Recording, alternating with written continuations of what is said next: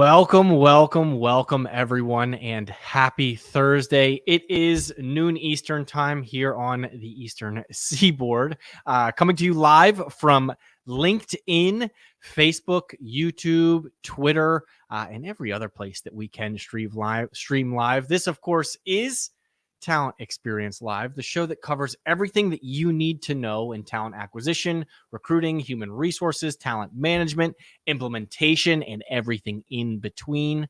I am your host, Devin Foster, and Talent Experience Live is proudly brought to you by the good folks here at Phenom, whose purpose is to help 1 billion people find the right work.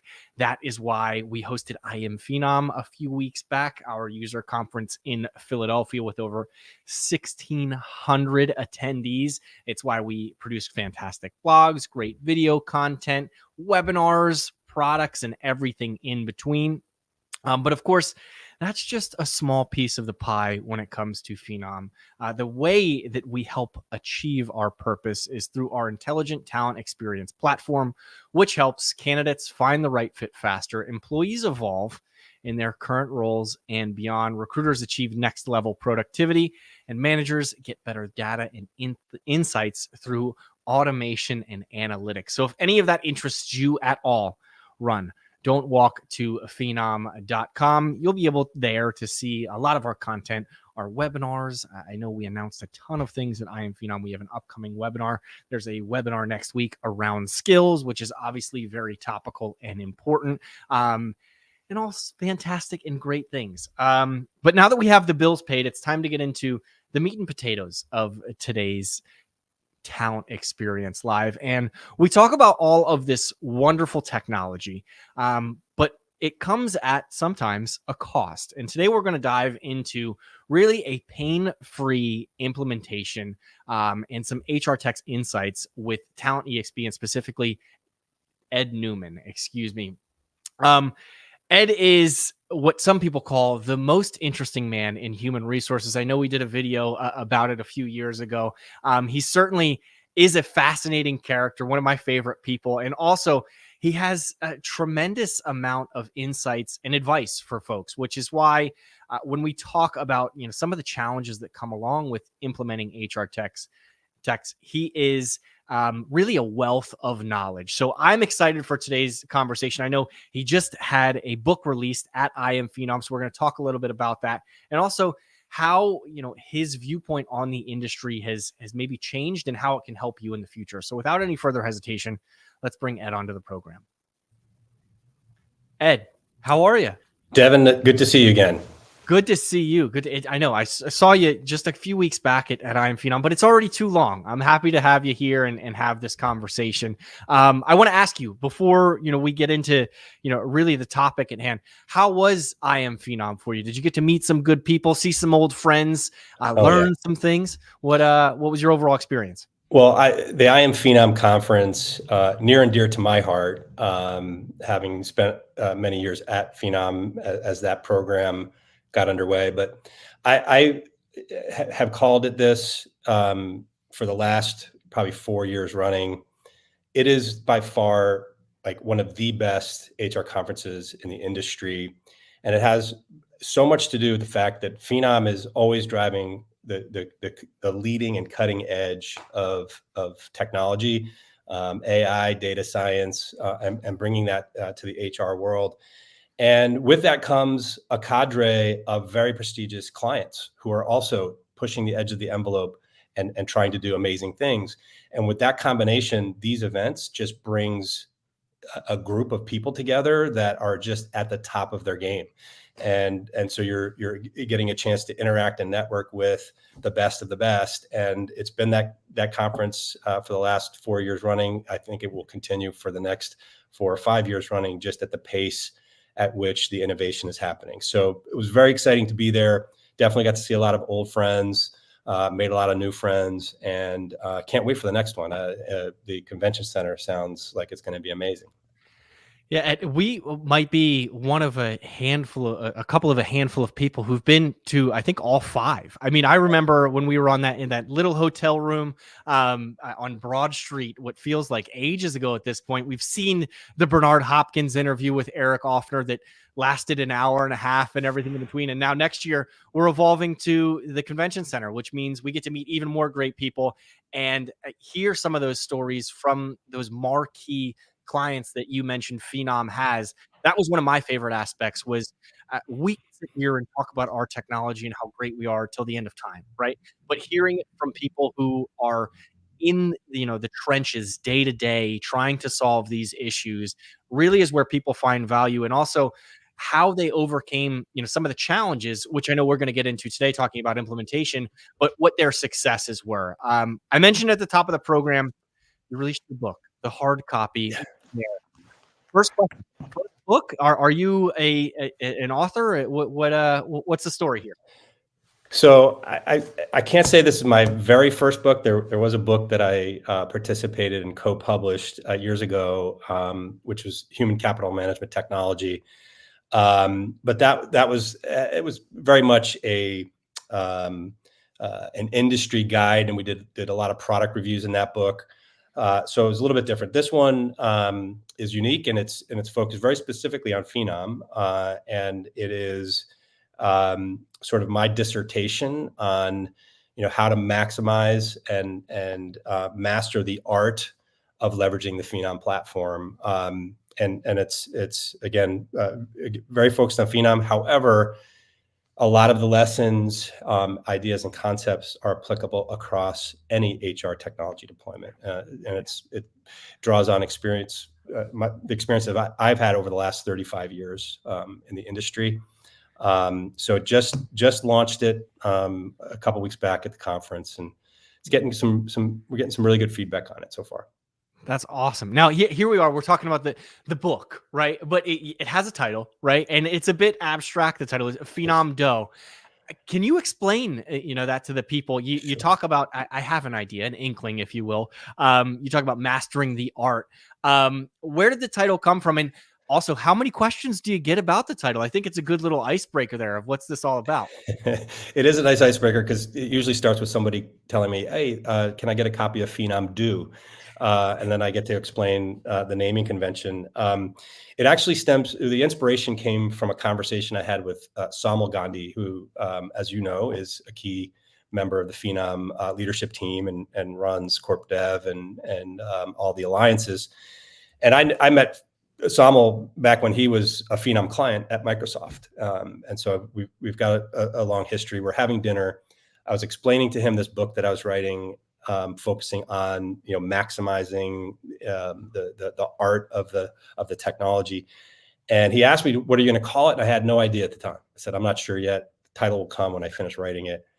And he says, "Well, why don't you consider using Do as in Taekwondo?" And he kind of went through the breakdown of the name Taekwondo. Tai is the hand, Quan is the foot, and Do is the way of. So the art or the way of punching and kicking is Taekwondo. And so it resonated with me. I had a 10-year stint in my life where my whole family trained in Korean martial arts. We were in Tang Sudo. So it immediately resonated. I said, "That's the name of the book, Phenom Do, no questions asked." I had a bunch of people say, "You can't call it that. People are going to mispronounce it." I said, "I don't care. Phenom Do is the name." And it represents, that quest, same type of quest that you're on as a martial artist to master, the physical elements and all of the techniques, as well as search for enlightenment and just maximizing the joy in life. And so I felt that just ties so nicely to what we're trying to accomplish here with the Phenom platform. And just like martial arts, you need to put in practice your techniques like at least 10,000 times to become a master. That's it, 10,000 times to become master. So there's a lot of work that you need to do as a practitioner to to use this platform to solve problems over and over and over and over again, to become sort of the master of it. And so it just ties so nicely to sort of the concept of the art of and the maximization of the technology. So that's the origins. That's how the name of the book came to be. I love it. And there's something to be said occasionally when there's a bit of a debate on how something is pronounced. I think of GIF versus GIF, right? And Right. even though the creator of the GIF says it's pronounced that, I'm still always going to call it GIF, right? And it's a conversation starter. It gets to go into those things. And then you master or you talk about mastering skills. And obviously there's a tie in there to the 10,000 hours, right?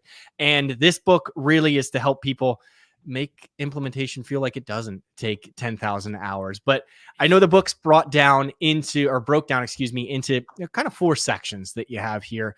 The first one obviously is maximizing your data. And you describe data as being the most valuable benefit. And I know, being in human resources, being in talent acquisition, a lot of people are, may not have that thought process where it's about the people at the end of the day. It is about, getting butts in seats, if you will, hiring talent for the future, things like this. Can you describe why you feel that data is the most valuable benefit in today's day and age? Sure. So first off, the whole book is written from a perspective of, if I were cornered in a dark alley by an angry customer that said, "How do I make this work?" What would I tell them? You know, Mhm. and the first thing there's no silver bullets, but one of the first things you have to do is get the data right. And the reason for that is, there's all kinds of reasons that companies go out and buy technology. It's improving quality, it's reducing cost, it's creating more efficiency. All of these various benefits that we put into the business case to get the funding to go buy the technology. Well, the only way you're going to prove that you met those goals is if you've got the data to prove it. So it's very easy to not focus on the data in an implementation, because this is some new turf that we're going in with this technology. So you may not have benchmarks already. There may not be anything to compare it to. And so it's easy to kind of say, we'll get to the data later. But I say, it should be one of the first conversations you have is, what data are you going to need to prove you got the return on investment? And sometimes the data itself is the value. So first thing that most companies look for in this platform is, am I spending my dollars in the right places for sourcing activity? And if you're not collecting that data, how you don't know if you're getting a return on your job postings on any given platform. And so, but just by having data gives you information to make better decisions about where you spend your money. So it is just the absolute one of the most important aspects is getting the data right, and you want to put resources on it. So there should be people who are absolutely scrubbing the data every day, every week, pulling reports. Maybe sometimes you have to string data together from multiple systems, because to produce a particular metric, it may not come all from one system. So there should be a very on purpose strategy for how the data is managed, reviewed, and scrubbed on a regular basis. Yeah, I think, in today's day and age, data is quite frankly maybe one of the most valuable assets in the entire world. There was a kind of a dark thing that I heard a few years ago, but it's referring to social media, which is where I work now. And it's, if you aren't paying for something, you are realistically the product at the end of the day, right? And you think about that with the scrolls and things like that, and then advertising dollars that are tied to that, and how to get candidates, and how to sell your product or whatever it may be.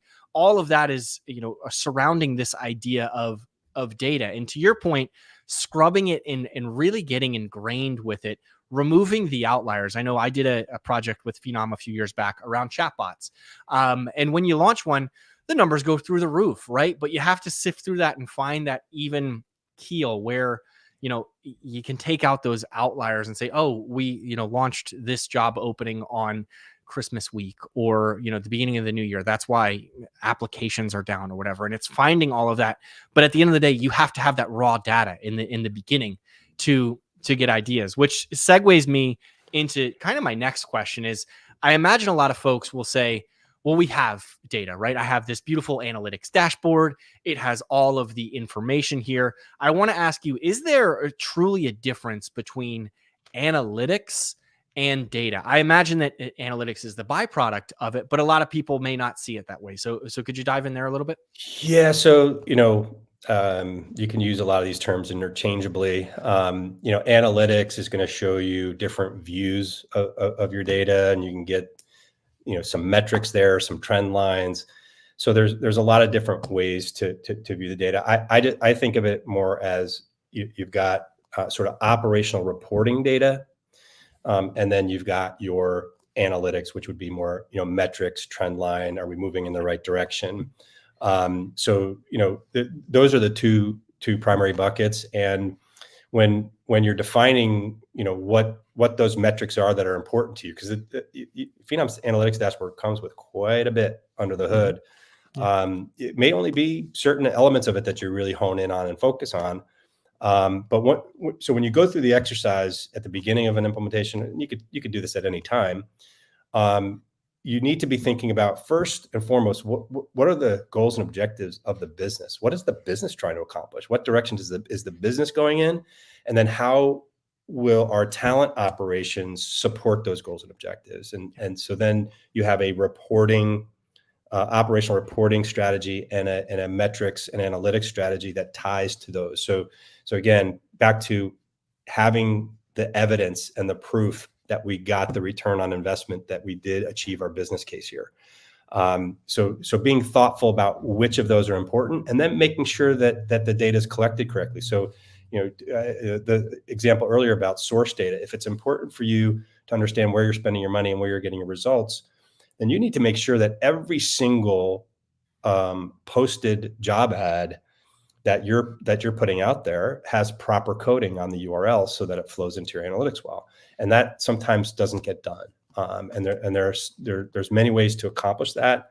And it just takes that sort of planning and forethought, so that when you're up and running, or if you're already up and running and you need to retune, you can easily put it in place and start from now going forward. But that thoughtfulness needs to go into it, and then you got to put the resource on it to make sure the monitoring, evaluating, tweaking any of the tactics to make sure that you're capturing everything you need.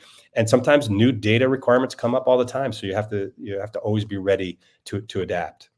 Yeah, absolutely. And it's, changing that school of thought of, years ago when everyone was focused on, time to fill, right? Application, a timeline. And now we're starting to circumvent that and look at what's your turnover rate, right? Are you getting the right candidates in the door and things like that?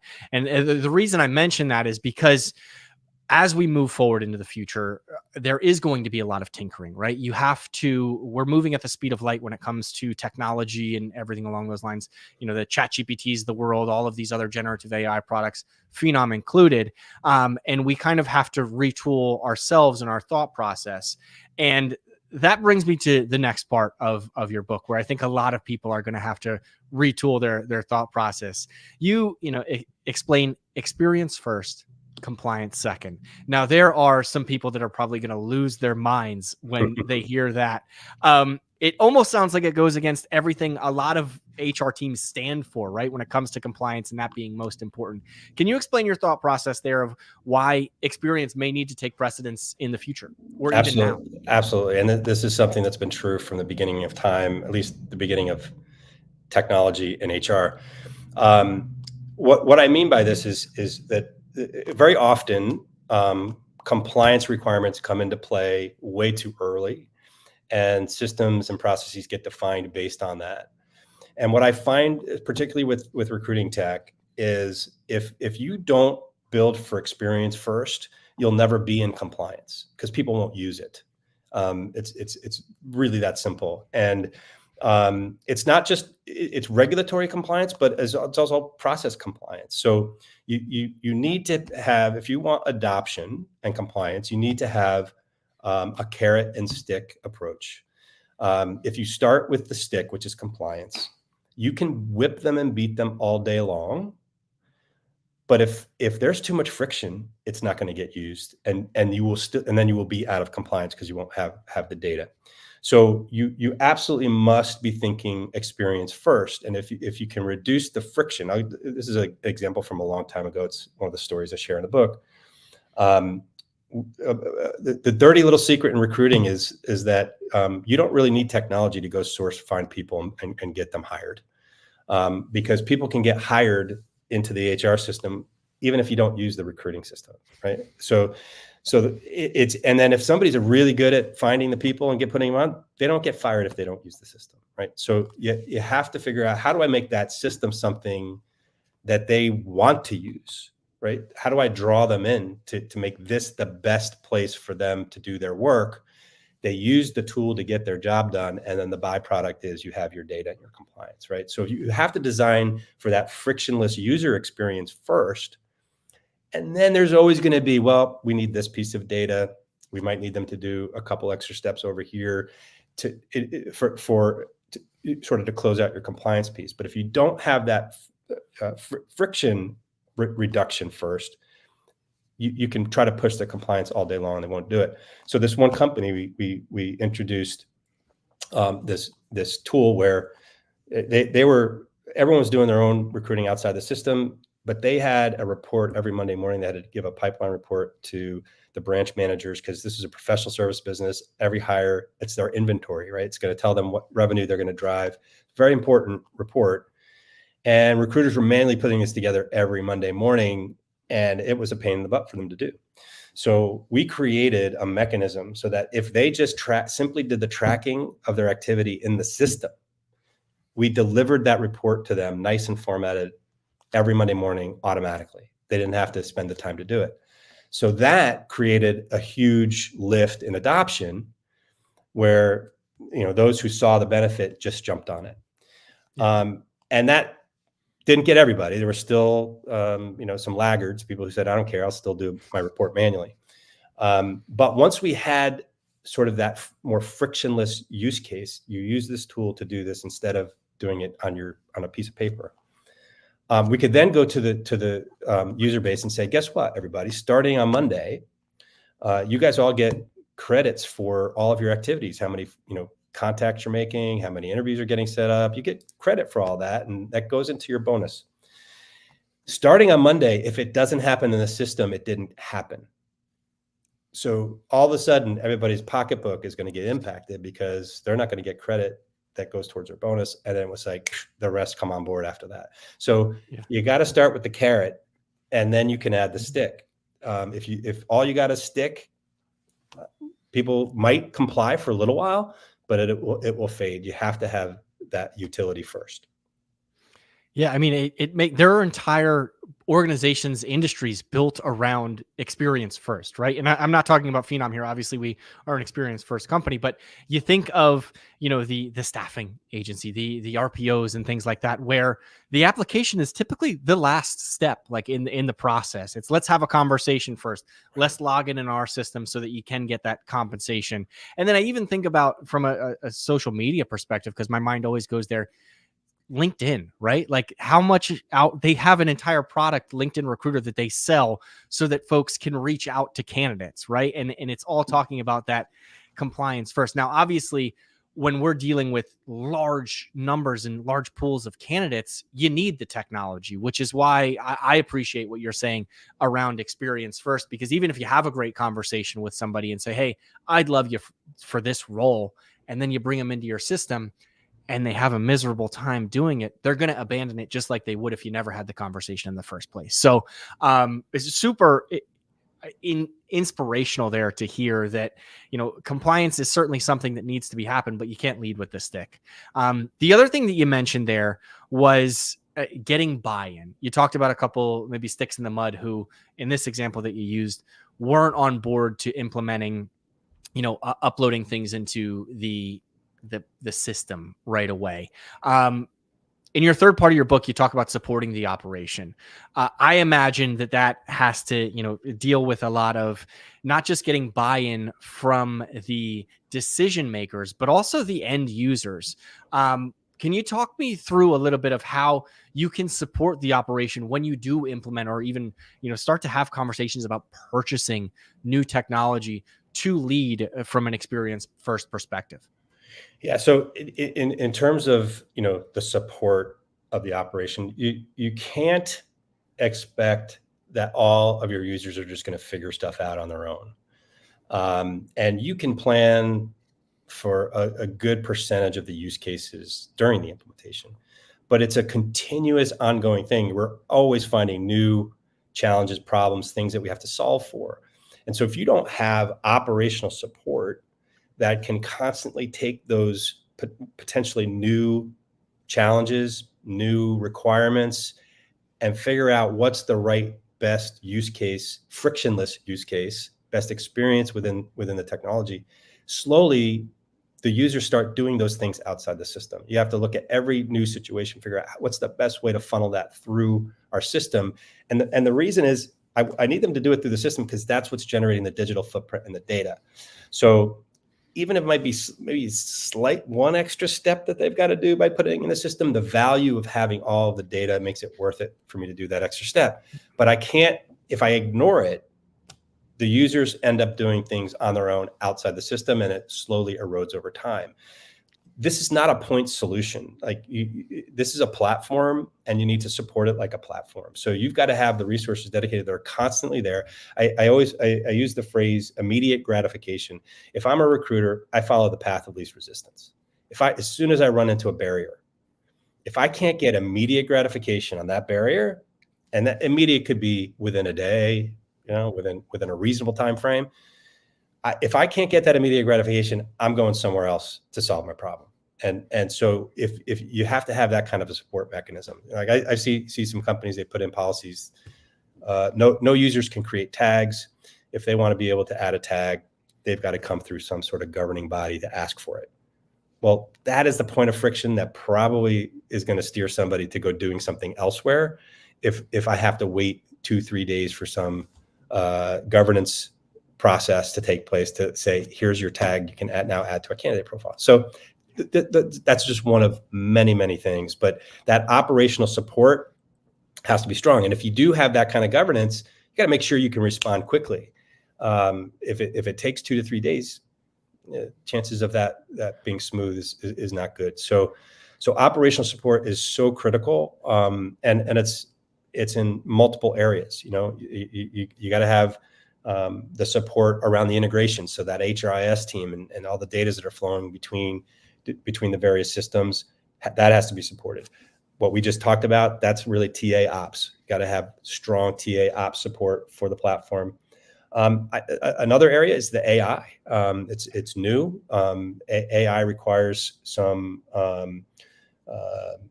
thought and practice. AI requires feedback. So people, adjusting matching criteria and things of that nature. Well, that's not necessarily something that every single user is going to necessarily have skills in. So you got to focus some resources on maximizing and optimizing those aspects of the platform. Yeah. And so I can't mention enough that operational support, you could do an amazing job designing for experience. You could do an amazing job of defining your goals and metrics and reporting strategy. But if you don't support it, it's going to erode and fade. So that support model is what's going to give you the long-term sustainability of the ROI. Yeah, you mentioned there, waiting 2 to 3 days. People won't even wait 2 to 3 days for their packages anymore, let alone instant gratification. So exactly. I completely agree there. I want to call attention to Paul here, who dropped a kind of a question in the comments section. There are a number of user groups in the TA process who touch the technology, leads, candidates, hiring managers, so on. Any learnings on prioritizing the user experience from those end users? I think for sure, in this platform, each user is equal in terms of you need to pay attention to how their experience is. TA ops is by far the biggest user of this platform. So if I had to prioritize, I'd put TA first, probably the manager second, and I you can never not be thinking about the candidate. So it's those three. I think HR business partner and other types of roles are certainly important, but those three, it's hard to separate them because that's really the bread and butter of the delivery of talent, right? Yeah. No, I mean, you get one opportunity with the candidate, right? If it's a bad experience, they're going to walk. You have the opportunity to work with hiring managers and to work with recruiters and sourcers and everyone along those lines to adjust, retool, and say, all right, we'll enhance the process next time around for this. Whereas with a candidate, you could lose them, right? If it's a poor experience right off the bat. Before we jumped into that question, you mentioned AI there for a second. And I want to ask you, because you said not everyone needs to be trained and taught those tools. Are you beginning to hear and have conversations around folks being very hesitant around artificial intelligence because they hear the terrible stories on the news, they hear the bias stories and things like that, or quite frankly, they're afraid that AI could take their job? Are those conversations beginning to really, take the forefront of, some of this buy-in that we talk about? There's most certainly. So I think it's like a couple different fronts. The first one is the compliance end of it. There's so much legislation brewing right now around AI, which I think is a little bit ill-conceived, some of it. I think as a company, as an HR practitioner background, I think whether I'm using a technology that has AI in it or not, I still have to make sure that we're compliant and we're not biased. So I don't think much has changed on that front. I can tell you that a lot of the hype around it is the concern that companies might allow the technology, and I'll just call it technology, I don't even call it AI, allow the technology to make the decision for us. I don't think we're definitely not there.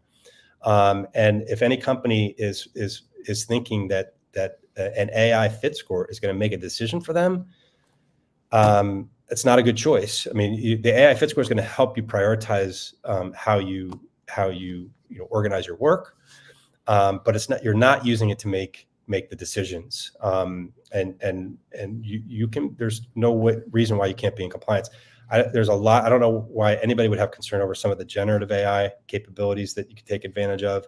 But I've seen organizations, if the word AI is associated with the product, they want to shut it down and turn it off. They actually want to turn off the features that probably are the features that are going to help them achieve their ROI. But because compliance is saying it's got the word AI in it, we can't do it yet. We have to wait. So that, I think, again, back to sort of operational support that we need within HR, not just within TA. There needs to be sort of a AI czar, somebody who really understands the legislation that's out there and can not just react to it and hyperventilate about it, right? They need to be able to go to the compliance team and say, look, this is the feature set that we're planning to use. Yes, it has the word AI associated with it, but let me explain to you how we're going to use it and why it's going to be in compliance. And I want you to help me make sure that we're using it compliantly, rather than flipping it over the wall and saying, tell us if we can use this or not. So that's, there needs to be sort of that kind of collaboration. And so that's one side of its compliance. The other side about, taking our jobs away. I mean, I can tell you this, having a conversation with a group of recruiting coordinators whose job is nothing but schedule interviews, to implement an automated interview scheduling tool definitely creates a little bit of fear. So I don't believe this stuff is replacing jobs. It certainly might change the way we do our work. I think that, recruiting coordination is still going to be required. It's just going to look a little bit different. And maybe I don't spend as much time, checking calendars as I do making sure there's a really good experience happening for a candidate and a manager, right? So it's just, you're sort of rethinking what that employee does, right? What if you could take all your recruiting coordinators, instead of doing Scheduling, they're the candidate concierge, right? And they are just making sure every step of the way is top-notch experience. That's what we can do, right? Mm-hmm. So I think that at the end of the day, those fears will go by the wayside.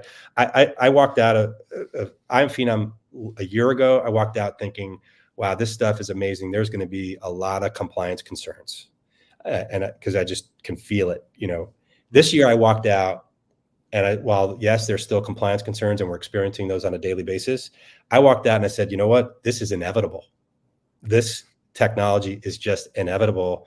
And it's time to start getting on board with it. And again, being thoughtful and just instead of letting a compliance organization dictate, take control of it, and work with them to determine the best way to use it. So it's definitely one of the challenges on the horizon for sure is to continue to work that channel.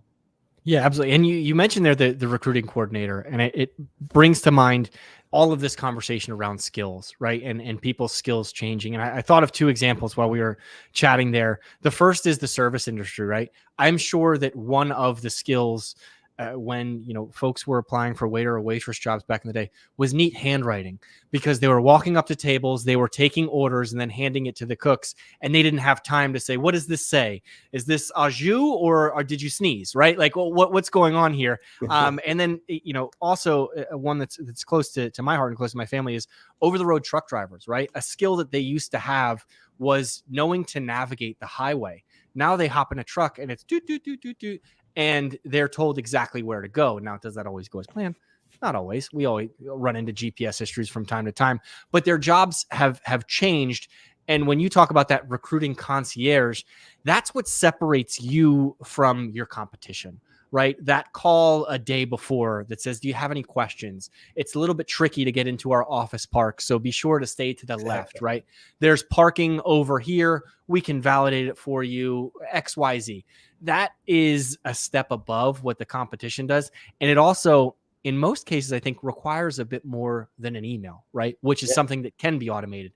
It's that human conversation, that human touch that folks are looking for when they're looking for their next opportunity, right? Show up at the front door with a sign with the person's name on it, walk them in, get them their security badge. I mean, any number of things you can do to elevate the experience there. So, yeah. And I got to tell you, one of the things, there's the last section of the book, I talk about, 5 things you can do to ruin a perfectly good implementation. And one of those kind of hits on this topic, which is don't change your people, right? And this goes back again to 35 years. I think just about every business case for tech has something in there about we're trying to automate the administrivia so that our people can do more value-added work, right? And in recruiting, one of those things is I don't want my recruiters simply processing applicants. I want them out finding people who aren't applying, right? I find those passive candidates, get the higher quality candidates. And when that's in your business case, you absolutely must be thinking, how are you going to change the people? And change the people doesn't mean get rid of them all, but change the people means upskilling them. Like if you're expecting direct sourcing to happen, and you've got people who are really good at processing and organizing inbound applications, that's not going to happen automatically. You got to either give them the ability to learn the new skills, teach them, or change the people, give them other roles, let them work in other capacities, and then put people in the roles that are going to do those activities that you expect, those value add activities. So you have to be thinking about what is the change management isn't just, process change. You have to be thinking about how are we going to change the skill sets of the people who are doing the work. Yeah. Really important. Absolutely. Upskilling is huge, and it's across all industries, especially as fast as things are changing. You mentioned there were 5 things that can ruin a perfectly good implementation. Any others that you care to share for folks who may be going through that right now? So, one of them I think I mentioned already, which is let your recruiters figure it out on their own, because that's not a good practice.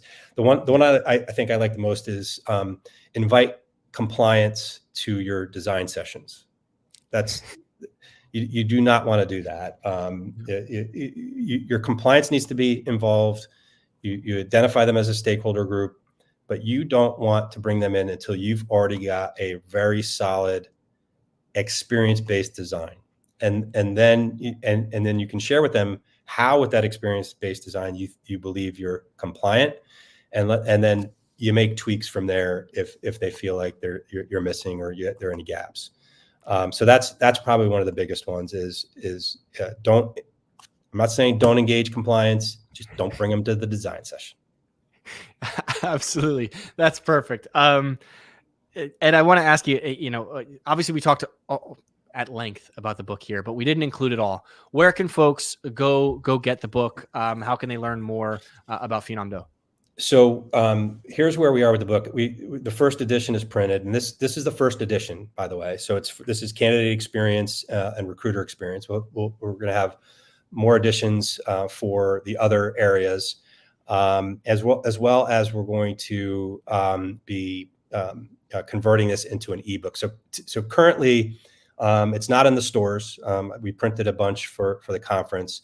If anybody wants a copy, they can go to talentexp.com. Shoot us a note in the contact us, and we will mail one off to you. So right now, you can request one, and we'll drop one in the mail until supplies, as long as supplies last. Yeah. We will eventually have it available to purchase when we get the ebook ready, and the ebook will be a little bit enhanced. We'll have more links to resources, things of that nature. So it's something that we fully intend to grow and evolve. I've had a really interesting experience. I mentioned lots of really great feedback. I've had some people come away saying, "Oh my gosh, send me 5 more books. My team needs them." They're all over it. And I've had a couple of people come back to me saying, "Oh my gosh, I got so much out of it so far, but hey, have you thought about adding something like this?" And they have some ideas for additional best practices. So I think this is going to turn into some crowdsourcing of some really good ideas. So stay tuned for that. We're going to probably publish some way for those types of contributions to future editions. But right now, just come out to talentexp.com, put in a contact us note, say you want a copy of the book. Amy on my team, Amy Schwenk, who's our VP of Growth, she gets notified, I get notified, and we both have a small supply that we'll ship out to you. Yeah, awesome. Yeah, go get the first edition. Everyone wants a first edition book, Ed. That's worth something someday. So go get it before it goes digital. And I'm excited about the crowdsourcing aspect because when you get an intelligent group of people together, working together for such a challenging task as implementation, a lot like I am Phenom, you can pick and choose your best ideas, what works for your team, because everyone is so unique. Ed, Devin, I just wanted to close it out with this. I've been in this business a long time, and just along this note of more ideas, I think I even stated in the book that hopefully you'll pick and choose what's in here that works for you. Yeah. But what I've learned over the years is that one company's best practice could be another company's worst nightmare. So it's about coming up with a best practice for your particular organization, and this hopefully will give some ideas for innovation, some ways to apply the tech to solve different problems. And that's what it's all about, is continuously identifying new problems that we can solve in new ways. And that's what we hope to accomplish with the book and some of this the network effect of it. So definitely reach out and get a copy, and stay tuned for some more exciting stuff. Yeah, there's no silver bullet. You said it at the beginning, and whatever works best for you. Ed, thank you so much for joining today. I appreciate it. I can't wait to have you back on. And we'll see you soon. Thank you so much. David. Take care. All right. Bye. That was Ed Newman of talentEXP, talking specifically about his new book, Phenom Do. You can reach out to him through talentexp.com to get your first edition copy. He mentioned there will be more and more editions coming out in the future. But in the meantime, go get yours, right? Ask Ed to sign it, put a nice little personal message in there. But I hope everyone has a fantastic and wonderful weekend. I know next week we will have John Deal on. We are talking about skills, because That's what John Deal loves to talk about. There is a webinar next week. We're going to recap that in case you missed it, and also point you in the direction of some of our skills assets for the future, because that's what people are talking about. But once again, thank you so much. Have a wonderful day, evening, and weekend, and we'll see you next week with John Deal. Thanks.